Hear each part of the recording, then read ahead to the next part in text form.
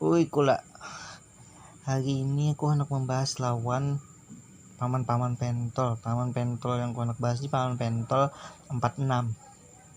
Paman pentol 46 nih bila bawa motor tuh laju-laju. Aku bingung apa ya. Dia mau lainnya laju, kalinya mau lajunya itu 46-nya tuh.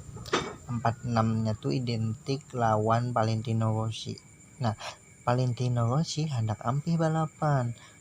Ampi anak pensiun nih. Jadi aku misalnya Valentino Rossi ampi balapan Mentol 46 nih, apakah ampi jual laju atau ini ubah ke balap F1 pulang.